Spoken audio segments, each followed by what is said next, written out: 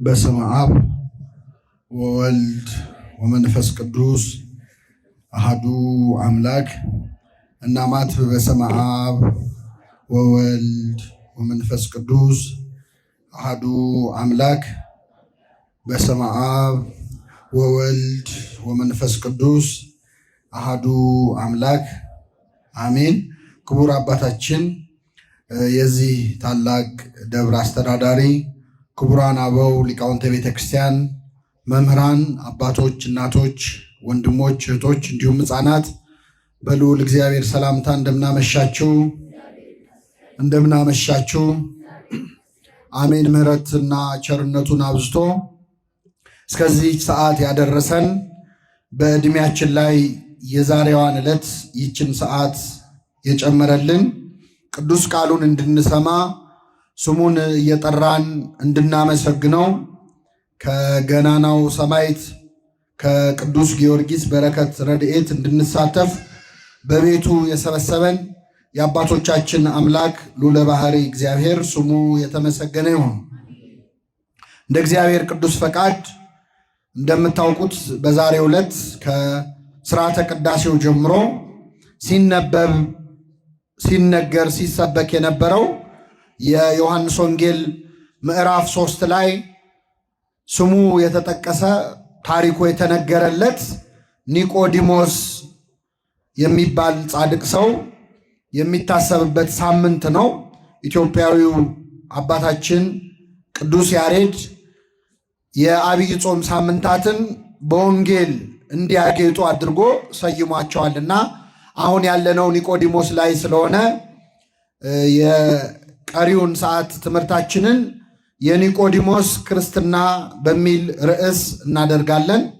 ለአባቶቻችን ለነቢያት፣ ለአባቶቻችን ለሐዋርያት፣ ለሐዋርያውያን አበው፣ ለሊቃውንት በጉባኤያቸው ተገኝቶ ምስጢሩን ጥበቡን ገልጦ ያስተማረ አምላካችን እኛንም በቸርነቱ እንዲያስተምረን፣ እንዲመክረን፣ እንዲገስጸን የእርሱ ቅዱስ ፈቃድ ይሆንልን።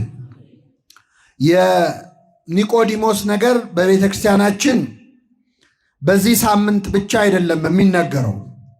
ቤተ ክርስቲያን በጣም ትልቅ ቦታ ከምትሰጣቸው ቅዱሳን መካከል ኒቆዲሞስ አንዱ ነው። ምናልባት ይህን ድምፅ ከምትሰሙ ሰዎች ውስጥ ኒቆዲሞስን የሚዘክር በዓሉን የሚያከብር ሰው አስቦ ላይኖር ይችላል። ቤተ ክርስቲያን ግን የኒቆዲሞስን ውለታ ረስታ ስለማታውቅ ዕለት ዕለት በምንፈጽማቸው እንደ ምዕመንም እንደ ካህናትም በምናደርጋቸው ነገሮች ውስጥ ኒቆዲሞስን እንድናስታውስ አድርጋለች።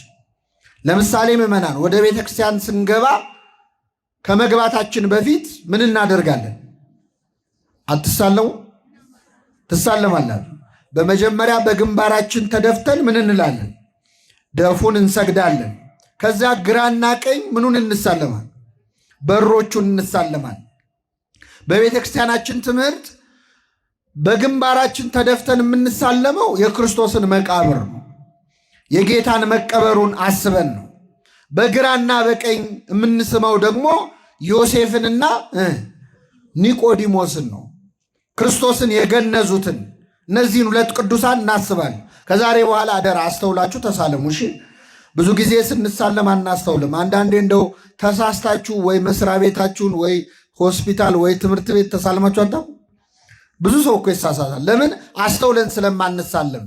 በግንባራችን ስንደፋ መቃብሩን፣ በግራ በቀኝ ደግሞ የምንሳለመው ዮሴፍንና ኒቆዲሞስን ነው። በሥርዓተ ቅዳሴም ላይ ቤተክርስቲያን ኒቆዲሞስን ታነሳለች። በተለይ ሁለቱ ቀሳውስት ሰራዩ ካህንና ንፍቁ ካህን በሚቀድሱ ሰዓት ካህኑ ሲጸልዩ ምን ይላሉ? እኔንና እዚህ እየተራዳኝ ያለውን ይህንን ካህን ሥጋህን እንደገነዙ እንደ ዮሴፍና እንደ ኒቆዲሞስ አድርገን ይላል። ስለዚህ ቤተክርስቲያናችን ኒቆዲሞስን በቅዳሴዋ ሁልጊዜ ታነሳዋለች። አሁን ደግሞ ዘመነ ትንሣኤ ሲመጣ በዮሴፍና በኒቆዲሞስ ነው ቅዳሴው ራሱ የሚጀመር።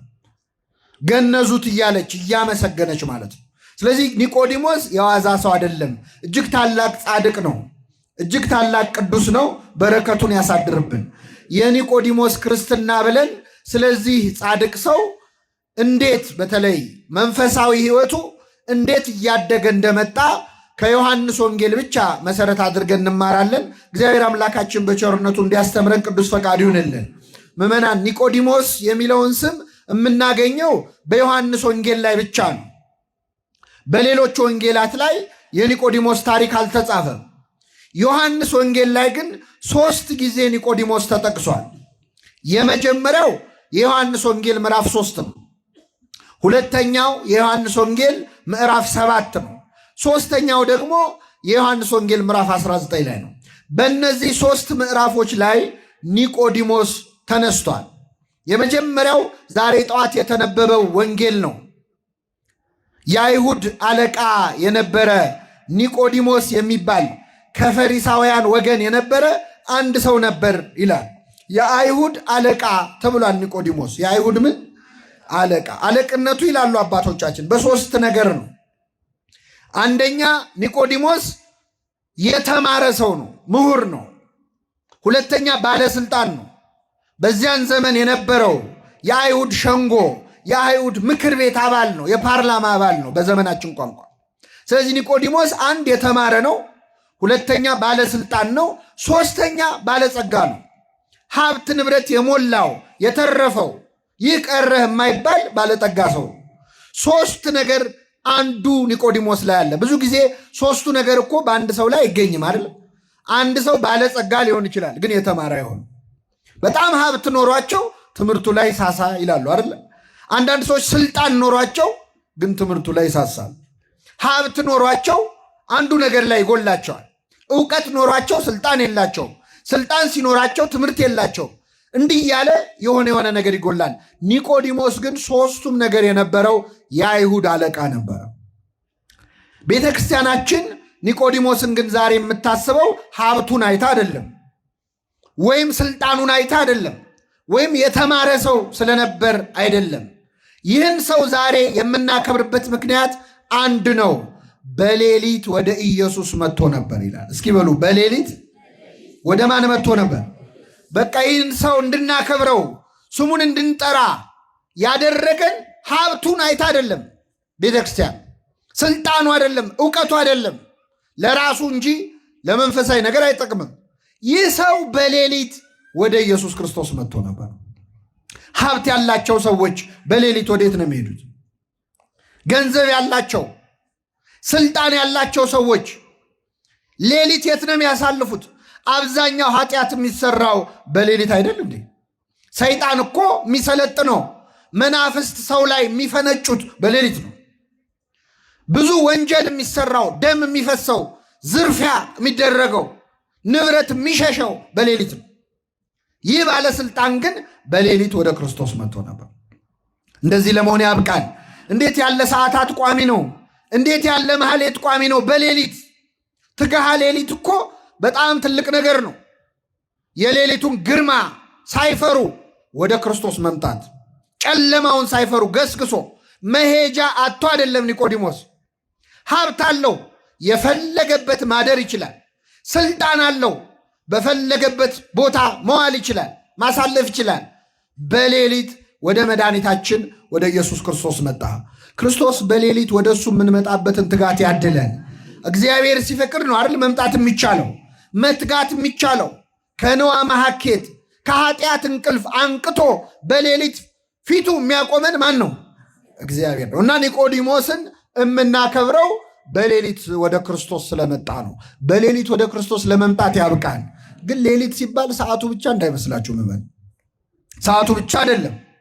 አንዳንዴ ህይወታችን ሌሊቱ የሚሆንበት ጊዜ የለም። ቀኑ ጨለማ የሚሆንበት ጊዜ የለም። ዙሪያው ገደል የሚሆንበት ጊዜ አለ።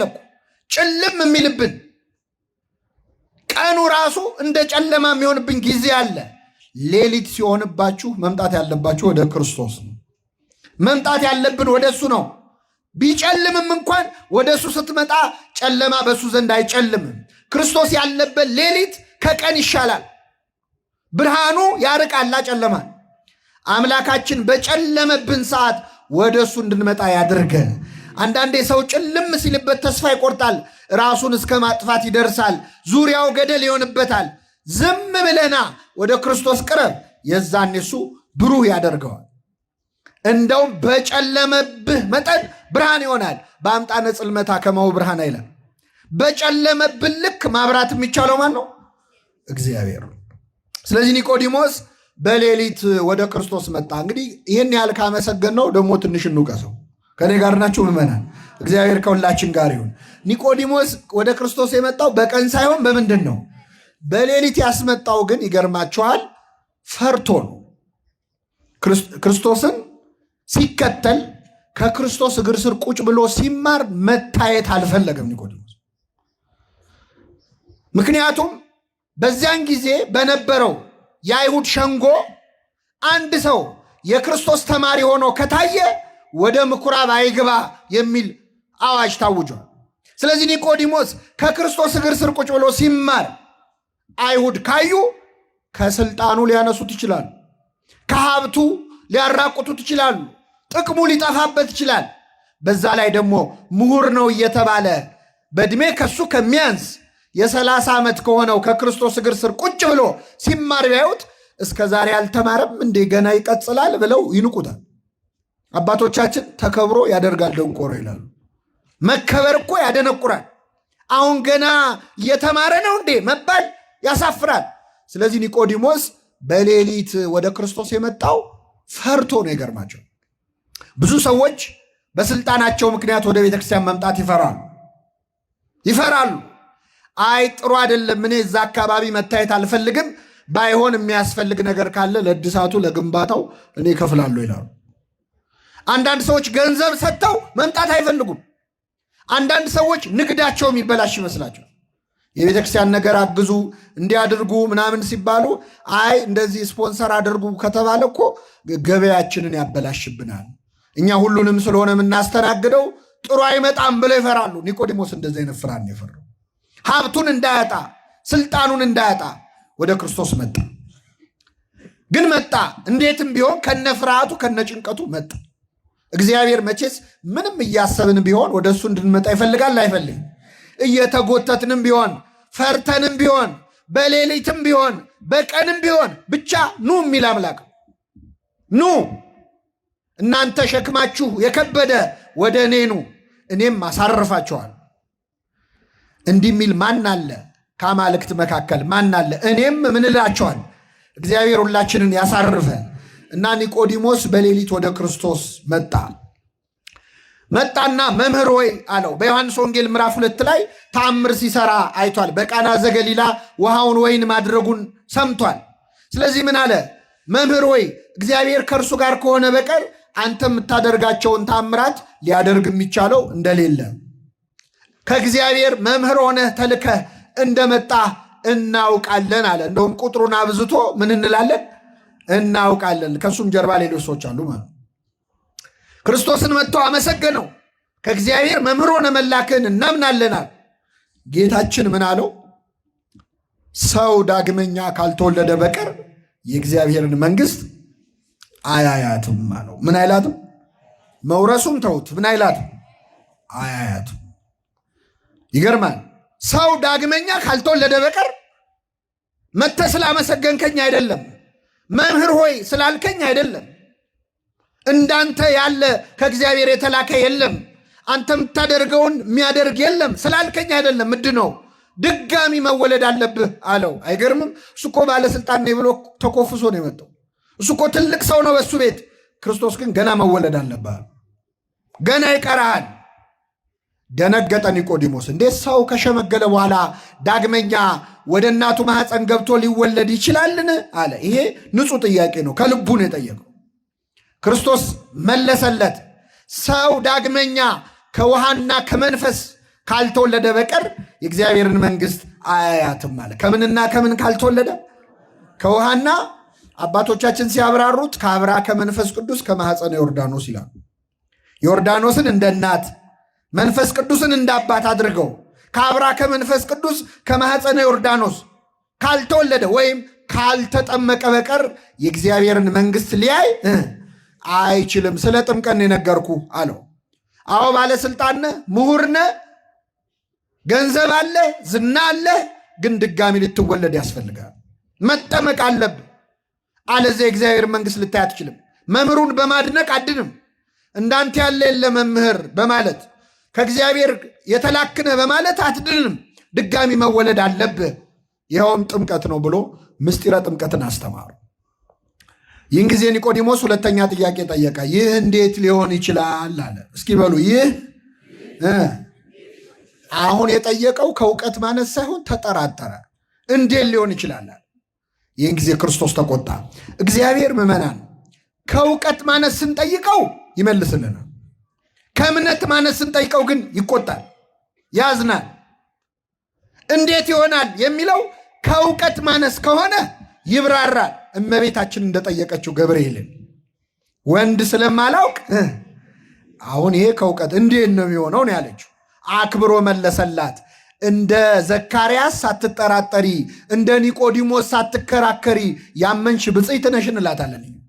ኒቆዲሞስ ግን ክርክር ነው የገባው ከክርስቶስ ጋር። እንዴት ሰው እንዴት ከውሃና ከመንፈስ ይወለዳል ሲል፣ ይህን ጊዜ ጌታ አዘነበት። አንተ የአይሁድ መምህር ስትሆን ይህን አታውቅም አለው። ዓለም ልሞ ገሰጸው ይላሉ አባቶቻችን። ምን ብሎ ገሰጸው? አንተ የአይሁድ ምን ስትሆን እንዴ ትልቅ ሰው አይደለህ እንዴ? ይቺ እንዴት ትጠፋለች አለው። አክብሮ ወቀሰው። አሁን እኛ እንደዚህ አንችልም እኮ። ሰው ስንወቀስ ወይ አይኑን እናጠፋዋለን እንጂ መጀመሪያ ማክበር ከዛ መውቀስ አንችልም። ክርስቶስ ግን አነጋገሩን ተመልከቱ። በሁሉ እኮ ነው አርአያ የሚሆነን ጌታችን። አንተ የአይሁድ ምን ስትሆን? መምህር ስትሆን። አሁን ብዙ ጊዜ ከሰው ጋር የምንጣላው እኛ ሰው እናስቀይማለን። ንግግራችን ሳይሆን አነጋገራችን ነው ሰው የሚያስቀይም። እኔ እንደ ይቅርታ አድርጉልኝ፣ አንድ ጥያቄ ልጠይቃችሁ። አንድ ሰው መጥቶ አንተ ውሻ ከሚላችሁና የእኔ ውሻ ከሚላችሁ እስቲ መልሱልኝ። ሁለቴ ምን ብሎ ነው የጠራችሁ? ውሻ ነው አይደል? አንተ ውሻ ቢላችሁ ደስ ይላችኋል? የእኔ ውሻ ሲላችሁስ ትሽኮረመማላችሁ። ግን እኮ ውሻ ነው፣ ሁለቱም ውሻ ነው። ግን ይሄኛው በፍቅር ነው። ሌላ ልጨምርላችሁ። እዚህ መሃልና እህቶቻችን ጫማ ቤት ሄዳችሁ ጫማ ሰሪ ጋር ጫማው ጠቦሻል ከሚላችሁና እግርሽ ትልቅ ነው ከሚላችሁ፣ ጫማ የሚጠበው ምን ሲሆን ነው? እውነት እኮ ነው አይደል? ግን እግርሽ ትልቅ ነው ከሚል ምን ቢል ይሻል? ጫማው ጠቦሻል ካለ እውነቱን ነው። እግርሽ ትልቅ ነው ካለ ሁለተኛ እዛ ጫማ ቤት ድርሽ አትይም። ስነ ስርዓት የለውም ለንግግሩ ራሱ እንላለን። ዓለም ልሞ መገሰጽ ማወቅ አለብን። ከፍቅር ጋር ነው ተግሳጽ አይደለም እንዴ? አንተ ትልቅ ሰው አይደለ እንዴ? ስንት ነገር የምታውቅ እች እንዴት ትጠፋለች ማለት ያስፈልግ። እኛ በስድብ ስለምንጀምር ነው ሰዎች የማይሰሙ። ተቆጥተን ነው። ዓለም ልሞ ገሰጸው። አንተ የአይሁድ መምህር ስትሆን ይሄ እንዴት ይጠፋል? ከስጋ የተወለደ ስጋ ነው፣ ከመንፈስ ግን የተወለደ መንፈስ ነው። እኔ ልደት እያልኩ ያለሁት የስጋ ልደት ሳይሆን የምን ልደት ነው? የመንፈስ ነው። ነፋስ ወደ ወደደው ይነፍሳል። ከወዴት እንደመጣ ወዴትም እንደሚሄድ አታውቅም። መንፈስ ቅዱስም እንደዚህ ነው አሉ። ይመጣል፣ በማን ላይ እንደሚያድር አታውቅም። ሕፃኑ ሲጠመቅ ታያለህ፣ ግን እንዴት ጸጋ መንፈስ ቅዱስ እንደሚያገኝ አታውቅም። ወዴት እንደመጣ ወዴትም እንደሚሄድ አታውቅም ብሎ ክርስቶስ ምስጢረ ጥምቀትን ለኒቆዲሞስ አስተማረው።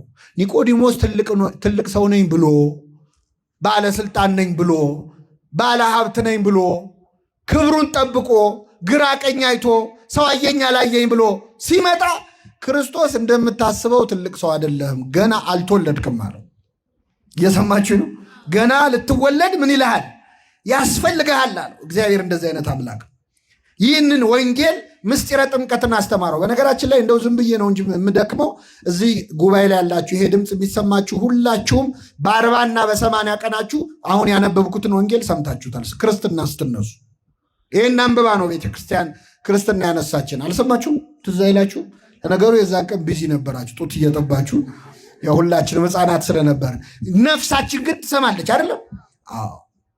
ስለዚህ ክርስቶስ ምስጢረ ጥምቀትን አስተምሮ ትልቅ ሰው ነኝ ያለውን ሰው ኧረ ገና መወለድ አለብህ ብሎ መለሰው ማለት ነው። ኒቆዲሞስ በክርስትናው የሚያፍርን ሰው ይመስላል። በዛሬው ዕለት በተነበበው ወንጌል ከኛ መሃል በሀብቱ ምክንያት ወይ በስልጣኑ ምክንያት ወይ በመንግስት ስራው ምክንያት ወይ በትምህርቱ ምክንያት መንፈሳዊ ሆኖ መታየት የማይፈልግ ሰዋል።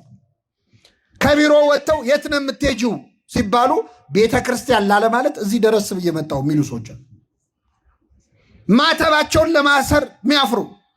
አሁን እግዚአብሔር በእኛ ሳያፍር እኛ በእግዚአብሔር ማፈር አለበት?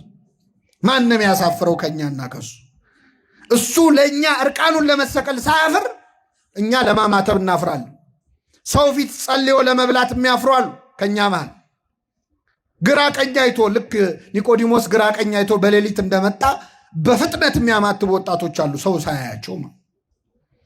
እናፍራለን።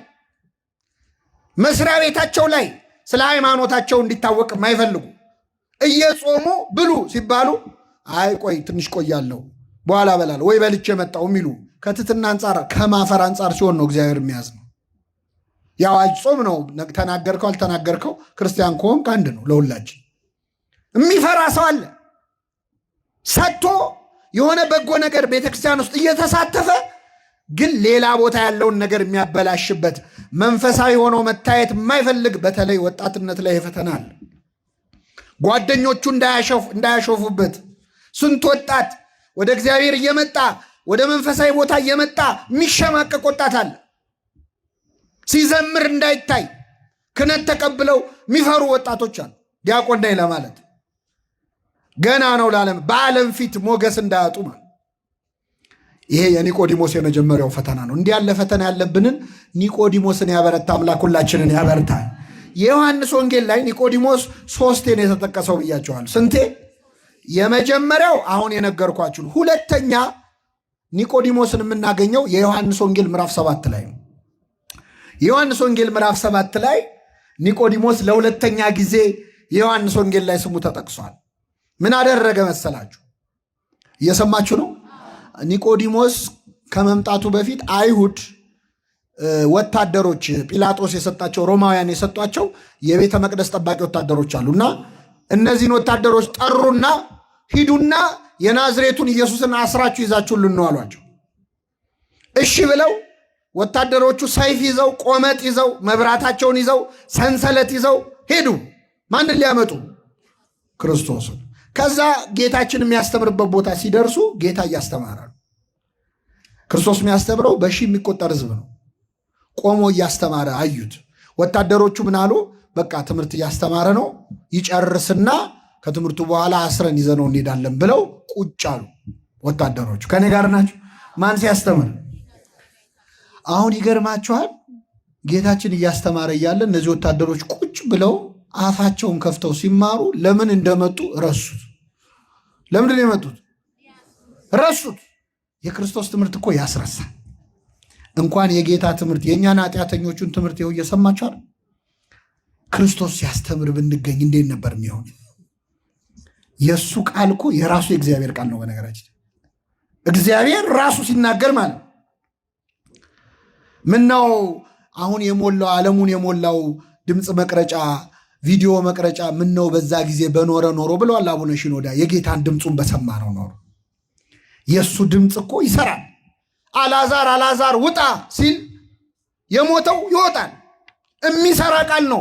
የራሱ የአምላክ ቃል ነው። ክርስቶስ ሲያስተምር ሰዎች ያሉበትን አያውቁ እና እነዚህ ወታደሮች ቁጭ ብለው ተመስጠው የጌታን ትምህርት ሲሰሙ አሉና ትምህርቱ ሲያልቅ ጌታ ሲያሰናብት ወደ ቤታቸው ሄዱ። ምን ሊያረጉን የመጡት ብያቸዋል? ሊይዙት ነው። ጸሐፍት ፈሪሳውያን ሳያዋቸው ከነሰንሰለታቸው መጡ። እንዴ የታል አሏቸው። ምኑ አሉ። እንዴ ይዛችሁት ኑ ብለን አደሎ የላክናችሁ ሲሏቸው ምን አሉ? እኛ እንደዚህ ያስተማረ ሰው አይተን አናውቅም፣ እንዲህም ተምረን አናውቅም፣ እንደሱ ያስተማረ የለም። ይህን ጊዜ አይሁድ በጣም ተበሳጩና ምን አሉ መሰላችሁ?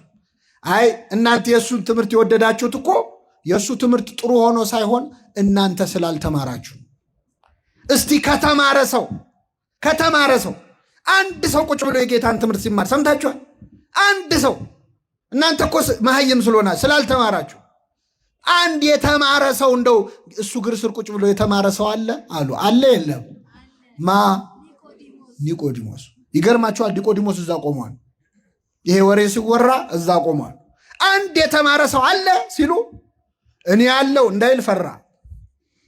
የተማረውም በስንት ሰዓት ነው ብያቸዋለሁ? በሌሊት ነው። ሚስጥር ሊያወጣውን አይደለ? ዝም እንዳይል ደግሞ ከበደው፣ ጨነቀው ኒቆዲሞስ። ከዛ ምን አለ መሰላችሁ? እዚህ ላይ ሐሳብ ልስጥ አለ። እጁን አወጣ። ምንድን ነው የምትለው አሉት። ያስተማረውን ሳንሰማ የተናገረውን ሳናይ እንፈርድ ዘንድ ሕጋችን ይፈቅዳሉ ያለ። ያስተማረውን ምን አላልን? ወታደሮቹን የሰሙት አይደል? እኛ ሳንሰማ ለምን እንፈርዳለን አላውን ኒቆዲሞስ። ይህን ሲል አንተ አልተማርክም እንዳይሉት የተማረ ሰው። አይሁድ ምን አሉ? እስቲ ሕጉ ምን እንደሚል እንመርምር አሉና ስብሰባው ተበተነ ይላል። ኒቆዲሞስ ስብሰባውን በተነው። አይገርማችሁ? ደፍሮ መመስከር አይችልም፣ ቢያንስ ስብሰባውን በተነው። አሁን ይህን የምነግራችሁ አንዳንዴ የምትሰሩበት መስሪያ ቤት ላይ የምትሉበት ቦታ ላይ ሰዎች በሃይማኖት ጉዳይ የማይሆን ነገር አይናገሯችሁ። ከቻላችሁ መልስ ስጡ፣ ካልቻላችሁ ስብሰባውን በትኑት። መበተን ያቀታችኋል? ይሄ እኮ ቢሮ ነው፣ የስራ ቦታ ነው፣ ምንድን ነው የምትበጠብጠው ማለት አትችሉም እንዴ? አንቀጽ እንትን ላይ እኮ እንዲህ ይላል፣ ሰራተኛ መብት ቁጥር እዝባር ምናምን ላይ ማለት ያቀታችኋል? ኒቆዲሞስ ይህንን ያደረገው አያችሁ። ደፍሮ ለመመስከር ፈራ፣ ጨነቀው። ዝም እንዳይል ደግሞ ጨነቀው። ሁለቱም አስጨነቀው። ስለዚህ ስብሰባውን በተነው ማለት ነው። እንደው አቅም ኖሮን መልስ መስጠት ቢያቅተን በክርስቶስ ላይ በድፍረት የሚነሳን ስብሰባ ለመበተን ያብቃን አምላካችን። አሁን ኒቆዲሞስ ትንሽ አላደገባችሁ? ቅድም ፈራ፣ አሁን ግን ትንሽ ደፈራ። በጣም ይገርማል። የዮሐንስ ወንጌል ምዕራፍ 19 ላይ ኒቆዲሞስን ለሶስተኛ ጊዜ እናገኘዋለን። ሶስተኛ ጊዜ ግን ኒቆዲሞስ እንደ መጀመሪያው ጊዜ ፈራ ተባ እያለ ግራ ቀኝ እያየ ተደብቆ በማታ አልመጣም። በአደባባይ ነው የወጣው፣ በጠራራ ፀሐይ። መቼ መሰላችሁ? ክርስቶስ ተሰቅሎ ሲሞት መስቀል ላይ በሞተበት ሰዓት ኒቆዲሞስ እንደ መጀመሪያው ቀን እስኪመሽ ልጠብቅ ሳይል፣ እንደ ሁለተኛው ቀን ፈራ ተባ ሳይል ብቻውን ወጣ። ይገርማል። የጌታ ደቀ መዛሙርት 12 ናቸው። ከ12ቱ አንዱ ሸጠው ጌታ፣ ሌላኛው ከአንዴም ሶስቴ ካደው፣ ሌሎቹ እግሬ አውጪኝ ብለው ተበተኑ። ዮሐንስ ብቻ ነው እስከ መስቀል የተከተለው። ብቻውን ነበር እኮ ክርስቶስ ዓርብ ዕለት። በመዋረድ ቀን እኮ ዘመድ የለም አይደል? አዎ ባለቅኔው አልቦ ዘመድ ጊዜ ተዋርዶ ይላሉ። ወይ ከውን ባይደ ጊዜ ተዋርዶ ዘመድ። በመዋረድ ቀን ዘመድ የለም፣ ባዕድ ነው ዘመድ የሚሆነው። እነዚህ ሐዋርያት በበላበት የበሉ ባደረበት ያደሩ፣ የቃሉን ትምህርት የእጁን ታምራት ያዩ፣ ሙት ሲያስነሳ ቆመው ያዩ፣ አሳና እንጀራ አበርክቶ ሲያበላ ያስተናገዱ የበሉ፣ ውሃን ወይን ሲያደርግ የጠጡ ሐዋርያት ዓርብ ዕለት አልነበሩም። ብቻውን ነበር ክርስቶስ፣ ብቻውን ነበረ። ማንም ደፍሮ ለሱ የመሰከረ አትንኩት ያለ አንድም ሰው አልነበረ። ይህን ቀን ብቻውን እያለ ግን ኒቆዲሞስ ወጣ። ይገርማቸዋል። ጌታ ሆይ እንደ በፊቱ አላፍርብህም አለ። እንደ በፊቱ በሌሊት አልመጣም፣ እስኪመሽ አልጠብቅም ብሎ ከሌላ እንደሱ ካመነ የአርማትያ ሰው ዮሴፍ የሚባል ነበር። ቅድም የመጀመሪያ ወንጌል ስናነብ መምህር ሆይ ከእግዚአብሔር ዘንድ ተልከህ እንደመጣህ እናውቃለን ያለው። ምን እንላለን? ስለዚህ ብዙ ናቸው ተደብቀው የሚያምኑ በክርስቶስ። ዮሴፍ ዘአርማትያም አንዱ ነው። ስለዚህ አብረው መጡ። ክርስቶስ በ3 ሰዓት ነው የሞተው። በነገራችን ላይ መስቀል ላይ ተሰቅሎ ወዲያው የሞተ ጌታ ብቻ ነው። ሌሎች ይቆያሉ። እግራቸው ተሰብሮ መተንፈስ ሲያቅታቸውን የሞቱት የግራና የቀኝ ወንበዴዎች። ሌሎቹ እንደውም ሰንበት ካልሆነ 3-4 ቀን መስቀል ላይ ተሰቅለው ካሁን ሞቱ እየተባለ እየተጠበቁ ይከርማሉ። ክርስቶስ ግን በ3 ሰዓት ነው የሞተው። ጲላጦስ ራሱ ገረመው። ከመቼው ሞተ አለ። ከመቼው ሞተ አለ። ለምን ቶሎ እንደሞተ ታውቃላችሁ? 6666 ጊዜ ተገርፏል። ኃይሌ እንደ ገል ደረቀ እንዳለ ክርስቶስ ደክሟል፣ ዝሏል። ምክንያቱም ተገርፏላ። የተገረፈው እኮ ክርስቶስ እኛ ለቡሄ በምናጮኸው ጅራፍ አይደለም። ሮማውያን የሚገርፉበት ጅራፍ እሾህ ያለበት እኮ ነው። ጅራፉ ራሱ ሚስማር ያለበት የሾሉ አጥንቶች ያሉበት ሰውነት ላይ ካረፈ በኋላ ስጋ እየነጨም ይነሳል። አንዳንዴ ስጋውን ነጭተው ድጋሚ ሊገርፉት ሲሉ ስጋውን አራግፈው ነው ከዛ በኋላ የሚገርፉት የስቃይ ቀን ነበር። ስለዚህ በ3 ሰዓት ውስጥ መስቀል ላይ ስጋ የተሰቀለ እኮ ነው የሚመስለው። ባየነው ጊዜ እንወደው ዘንድ ደም ግባት የለውም፣ መልክና ውበት የለውም ነው የሚለው እኮ። መልክና ውበት ብቻ አይደለም፣ መልክም አልነበረው። ሲያዩት አይመስልም፣ ተሸፍኗል በደም። በዛ ሁኔታ ላይ ያለ ዮሴፍና ኒቆዲሞስ ተነሱ። ኒቆዲሞስ በቃ ማታ እስኪመሽ አልጠብቅም አለ። ዛሬ ነው በአደባባይ እምነቴን የምገልጸው። ይገርማል። እንዴት አይነት ጻድቅ ነው ኒቆዲሞስ! ሐዋርያ በፈሩበት ቀን ደፈረ። ስልጣኔ ገደል ይግባል፣ ሀብቴ ለዚህ ቀን ካልሆነ ለምን ይሆናል? ወጣ በአደባባይ። ልብ አድርጉ፣ ክርስቶስ አይቶ ሊታዘበው የማይችልበት ቀን እኮ ነው ያቀናል። ክርስቶስ ሞቷል እኮ አይደል? እንደው ሲያየኝ ያዝንብኛል እንኳን ሊል አይችልም፣ ሞቷል። በሞተ ሰዓት ሐዋርያ ሆኖ ተነሳ ኒቆዲሞስ። ከዮሴፍ ጋር ተነስተው ወደ ጲላጦስ ሄዱ ይላል። የኢየሱስን ስጋ ለመኑት። እስኪ በሉ የኢየሱስን ስጋ ለመኑት። የክርስቶስን ስጋ ለመለመን ያብቃል። ለሁላችን ስጋውና ደሙን ይስጠን። እነሱ የለመኑት ጲላጦስን ነው፣ እኛ የምንለምነው እሱን ራሱን ነው፣ ባለቤቱ። ስጋህን ደምህን ስጠን ለስርየት እንዲሆነን እያልን አንዳንዴ ንስሐ አባቶቻችሁ አስቀየሙኝ ብላችሁ ከስጋው ደሙ የምትሸሹ፣ ፊት ነሱኝ ብላችሁ ከስጋው ደሙ የምትርቁ ሰዎች ለክርስቶስ ስጋና ደም አደለም ንስሐ አባት ጲላጦስም እኮ ይለመናል። ጲላጦስን ለመኑት ስጠን ስጋውን ብለው። እንዴት አይነት ጻድቅ ሰው ነው! ደጅ የማይጸናው ኒቆዲሞስ፣ ባለጸጋው ኒቆዲሞስ ለጌታ ስጋ ሲሆን ግን ደጅ ጸና። ስጠኝ እባክህ አለ። ፈቀደላቸው። ደብዳቤ አጽፈው መጡ። ከመስቀል አወረዱት። እንዴት ያለ ክብር ነው ክርስቲያኖች! በጣም ከባድ እኮ።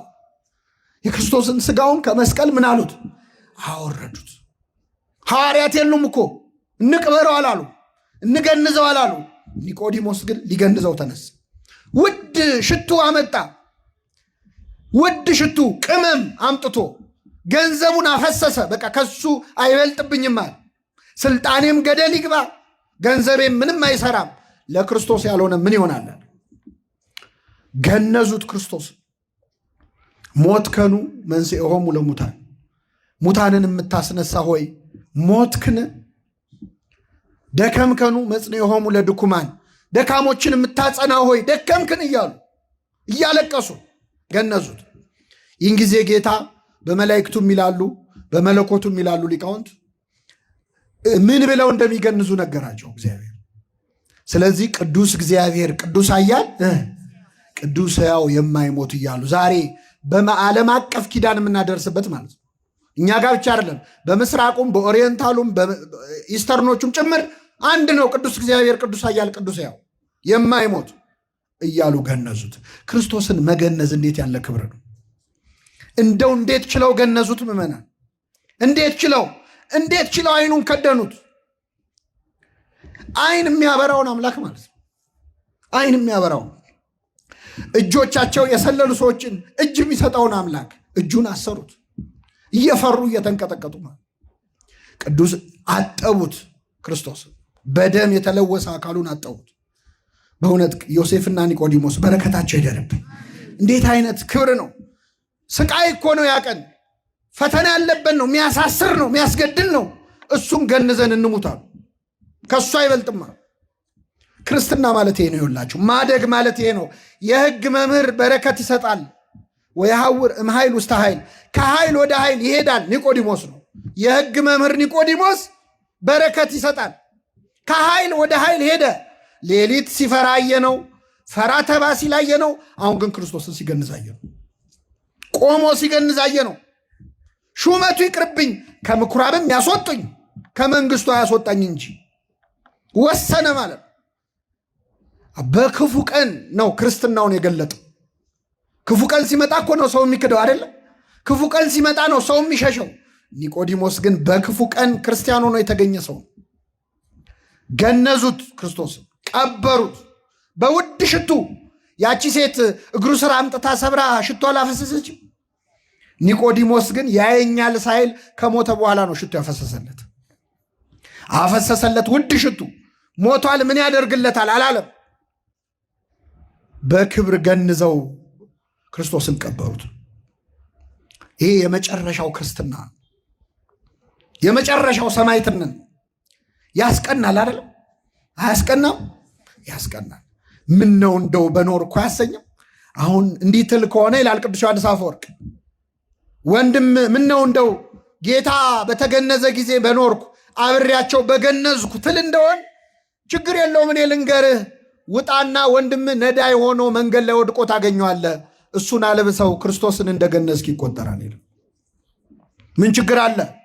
ከነዚህ ከድሆች ለአንዱ ካደረጋችሁት ለእኔ እንዳደረጋችሁት ምን እለዋለሁ?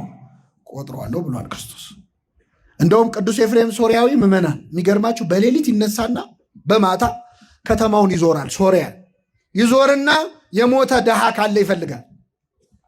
ካገኘ የሞተ ድሃ ሬሳ ካገኘ ጌታዬን አገኘሁት ይላል። ልገንዘው ነው ይላል። ገንዞ ሲመጣ ዛሬ እኮ ጌታዬን ገነዝኩት ይላል። ለነዳያን ማድረግ ለክርስቶስ ማድረግ ነው። እኛ አልፈናቸው መተን አይደለ ጧፍ የምናበረው። ቅዱስ ዮሐንስ አፈወርቅ ምን ይላል? ድሃው እየለመነ ረግጠው መቅደስ ውስጥ ገብተህ ሻማ ብታበራ ያበራኸውን ሻማ የድሃው እንባ ያጠፋዋል ይላል። ቤታችን ያስቀመጥነው የማንለብሳቸው ልብሶች እኮ የወንድማችን ልብሶች ናቸው። አልብሰው አውጣና ክርስቶስ እርቃኑን ሆኗል። ዮሴፍን ኒቆዲሞስን መሆን ከፈለግ ቤት ውስጥ ያለህን አንድ የተረፈን ነገር አውጥተህ ለወንድም ስጠው። በልተህ ጠገብኩ ብለህ የምትደፋው ምግብ የወንድምህ ራት ነበረ። ዛሬ ጠግቦ ያድር ነበር ወንድምህ፣ ባይጠግብም አመስግኖ ያድር ነበር። ዮሴፍን ኒቆዲሞስ መሆን የሚፈልግ ሰው ከጎኑ ያሉትን የክርስቶስ ምሳሌዎችን ከረዳ ማንን እንደረዳ ይቆጠራል? እግዚአብሔርም ክርስቶስ። ስለዚህ ኒቆዲሞስ በሶስት ደረጃ ነው። መጀመሪያ ወጣኒ ነበር፣ ጀማሪ ነበር፣ ፈሪ ነበር። ሁለተኛ ላይ ፈራ ተባ የሚል ነበር። ሶስተኛው ላይ ግን ሞት ቢመጣም ሰማዕትነት ድረስ ክርስቶስን ለማገልገል የወሰነ ነበር። እንደ ኒቆዲሞስ የሚያድግ ክርስትና ይስጠን ለሁላችን። አሁን እኛ ከላይ ወደ ታች ሆነ እኮ እድገታችን። ችግሩ የትናንቱ ይሻል ነበር፣ አሁን ነው እየደከምን የመጣ ነው። የትናንቱ ይቆጨናል አይደለም። ከኃይል ወደ ኃይል የሚሄድ ክርስትናን እግዚአብሔር ይፈልጋል። ኒቆዲሞስን ያከበረ አምላክ፣ ኒቆዲሞስን ለጸጋ የጠራ አምላክ ሁላችንን በኃይሉ በብርታቱ የሚያድግ ክርስትና የሚያድግ መንፈሳዊነትን ይስጠን። የሰማነውን በልቡናችን ያሳድርብን።